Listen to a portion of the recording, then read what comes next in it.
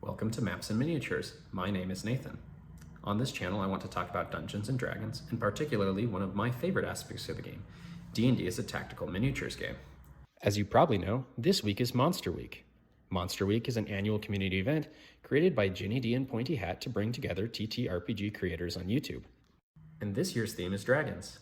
And I think that's a great excuse to show off my collection of dragon miniatures. So if you love dragons even half as much as our friend Fizbin here, this video is perfect for you. The first miniature I'd like to show you is the classic Red Dragon. Released in 2024, this miniature is based on the box art of the 1977 D&D Basic set. It was released for the 50th anniversary of D&D, and even has the in-world scholarly name for red dragons on the bottom, which I think is kind of fun. The classic Red Dragon has a pretty decent paint job, and if you look closely at the hoard of gold it's sitting on top of, you can see some of the irregularly shaped coins used in the Forgotten Realms, which I think is pretty cool. I also appreciate that it comes on a 3-inch base. This aligns it with the huge size which the adult Red Dragon has in the monster manual. The second dragon I'd like to show you is this green dragon. It came out in 2015 as part of the Elemental Evil set.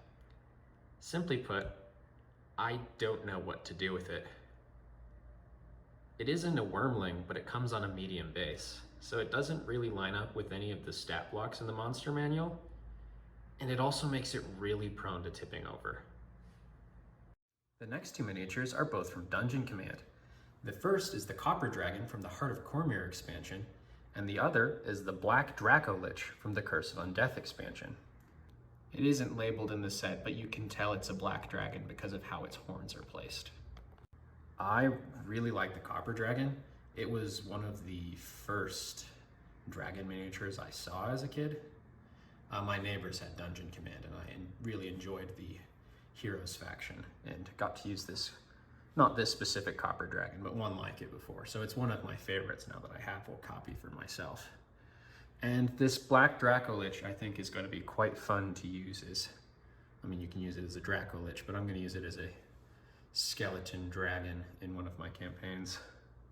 One of the most ferocious dragons I own is the Young Red Dragon from the Adventure in a Box Red Dragon's Lair.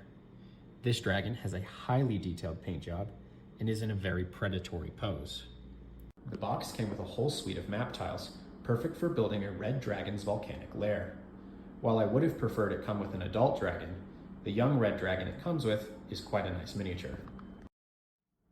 This silver dragon is a Pathfinder miniature, so it has a different design style than you see in the Dungeons and Dragons monster manual. I got this silver dragon with my rusty dragon in boxed set. It's a pretty nice set because you get a bunch of furniture and NPCs and a bunch of miscellaneous monsters, and you also get this guy, who's kind of cool. The smallest dragon in my collection is this fairy dragon. I got it because I thought it would be a fun encounter to run. And I've saved my favorite type of dragon for last, the white dragon. I have 2 white dragons in my collection, a wormling and a full-sized adult.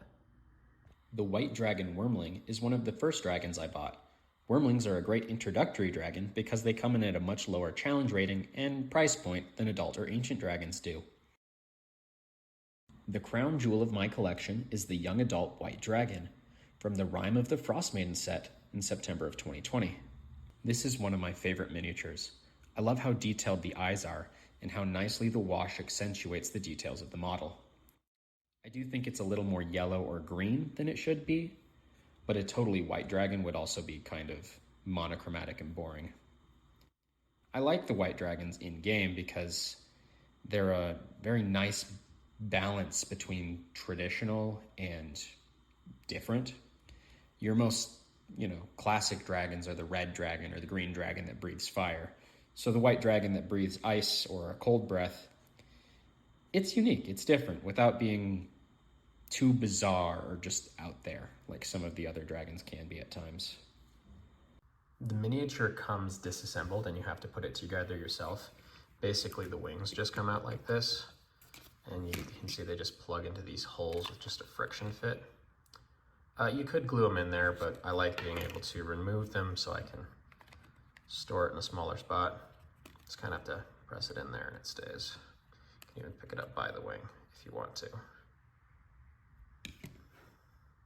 I really like that it has the same pose as the painting in the monster manual, and I also like that it comes on a huge base and is perfect to be an adult white dragon.